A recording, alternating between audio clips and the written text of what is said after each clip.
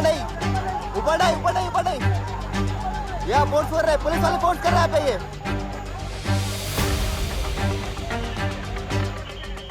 18 जुलाई की सुबह दिल्ली के जंतर मंतर पर अचानक सब कुछ बदल गया। जब सोनम वांगचुक और उनके साथ धरने पर बैठे कई प्रदर्शनकारी अभी सो ही रहे थे, तभी दिल्ली पुलिस की टीम वहां पहुंची। सिविल ड्रेस में मौजूद पुलिस कर्मियों ने सबसे पहले पूरे धरना स्थल को घेर लिया। इसके बाद सफेद चादरों से पूरे मंच को चारों तरफ से ढक दिया गया ताकि अंदर चल रही कार्रवाई बाहर से ना दिखे। मौके पर दिल्ली पुलिस के साथ रैपिड एक्शन फोर्स यानी RAF और अन्य पुलिस बल के जवान भी बड़ी संख्या में तैनात थे। इसके बाद सोनम वांगचुक को हिरासत में लेकर एम्बुलेंस से वहां से ले जाया गया। कार्रवाई इतनी तेजी से हुई कि मौके पर मौजूद लोगों के रिकॉर्ड किए गए वीडियो में एम्बुलेंस का दरवाजा पूरी तरह बंद होने से पहले ही एम्बुलेंस की बढ़ने की तस्वीरें भी दिखाई दी है। उनके साथ मौजूद कई अन्य प्रदर्शनकारियों को भी पुलिस ने मौके से हटा दिया।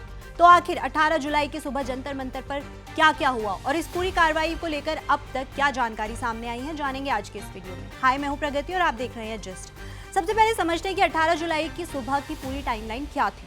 द इंडियन एक्सप्रेस की एक रिपोर्ट में पुलिस सूत्रों के हवाले से दावा किया गया कि 18 जुलाई की सुबह करीब 3 बजे नई दिल्ली जिले के सभी थाना प्रभारियों यानी SHO को अपने अपने थानों से करीब 10 पुलिसकर्मियों के साथ पार्लियामेंट स्ट्रीट थाने पहुंचने का निर्देश दिया गया। उन्हें बताया गया कि संसद के मॉनसून सत्र से पहले एक सिक्योरिटी ड्रिल आयोजित की जानी है। हालांकि रिपोर्ट के मुताबिक वहां से सभी पुलिसकर्मियों को मंदिर मार्ग थाने ले जाया गया, जहां उन्हें बताया गया कि उस सुबह की कार्रवाई का लक्ष्य था सोनम वांगचुक को जंतर मंतर से हटाना। रिपोर्ट में भी दावा किया गया कि पूरी कार्रवाई बेहद कम समय में पूरी करने की योजना बनाई गई थी ताकि धरना स्थल पर मौजूद लोगों को प्रतिक्रिया देने का मौका ना मिले। इसी योजना के तहत जंतर मंतर के आसपास पहले से पुलिस बल की तैनाती बढ़ा दी गई। अलग अलग टीम्स को अलग अलग जिम्मेदारियां सौंपी गई और एक एम्बुलेंस भी पहले से जंतर मंतर के पास तैयार रखी गई। रिपोर्ट में यह भी दावा किया गया कि कार्रवाई शुरू होने से ठीक पहले इलाके में फोन जैमर लगाया गया था ताकि कम्युनिकेशन प्रभावित किया जा सके। हालांकि इस दावे की दिल्ली पुलिस ने आधिकारिक पुष्टि नहीं की है। इधर जस्ट के रिपोर्टर्स पूरी रात जंतर मंतर पर मौजूद थे। सुबह जब हमारी टीम वहां से निकली तब धरना स्थल पर माहौल पूरी तरह शांत था।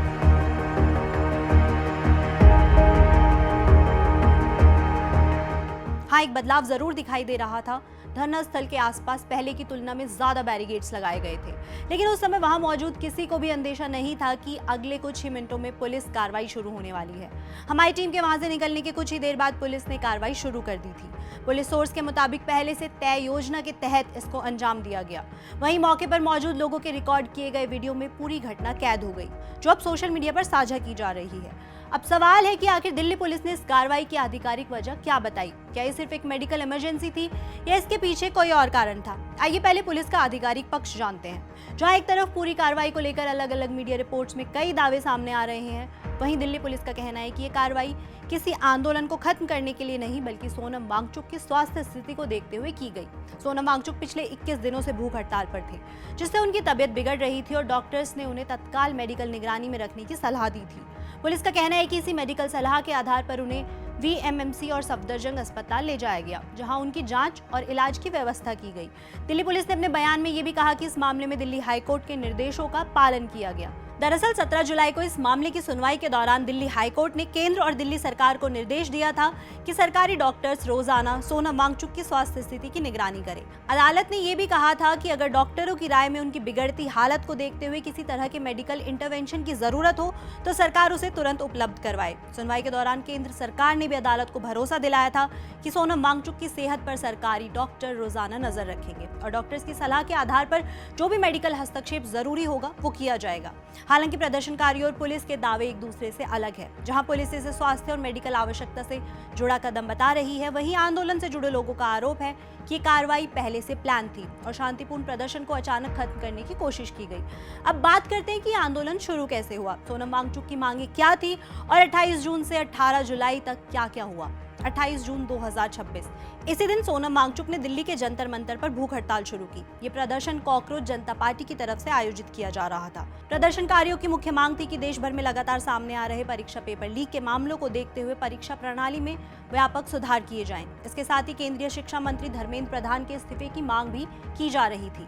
धरना शुरू होने के बाद हर दिन जंतर मंतर पर छात्रों, युवाओं और अलग अलग संगठनों के लोगों की आवाजाही बढ़ने लगी। भूख हड़ताल लंबी होती गई और इसके साथ ही सोनम वांगचुक की सेहत को लेकर भी चिंता बढ़ने लगी। समय समय पर डॉक्टर्स उनकी जांच करते रहे। इसी बीच कई विपक्षी दल के नेता भी जंतर मंतर पहुंचे और आंदोलन को अपना समर्थन दिया। कांग्रेस, समाजवादी पार्टी और शिवसेना समेत कई दलों ने केंद्र सरकार से बातचीत की अपील की।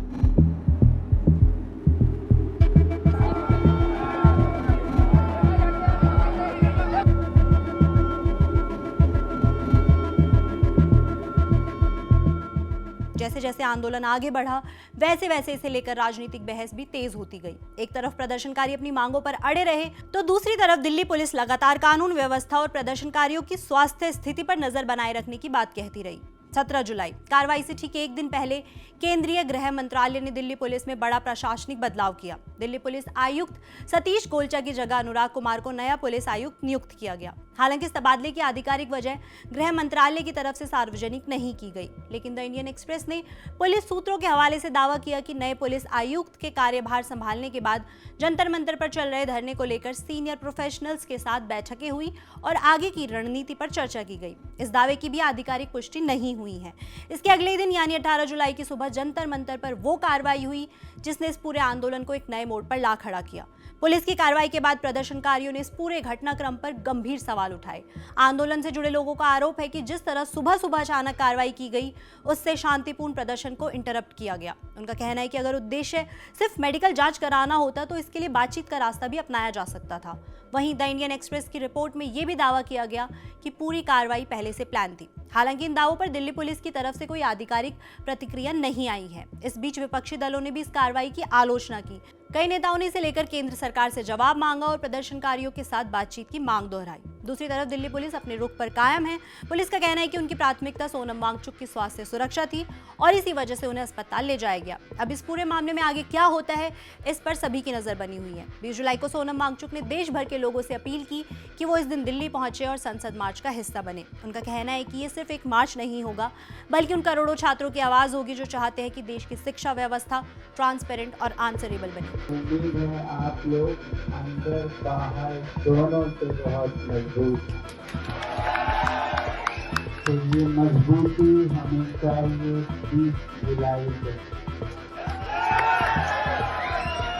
जब हम बहुत ही शांतिपूर्ण तरीके से मार्च निकालेंगे संसद तक और हम सब एक साथ चलेंगे और देश के लोकतंत्र के मंदिर में अपने फरियाद सुनाएंगे, अपनी प्रार्थना सुनाएंगे।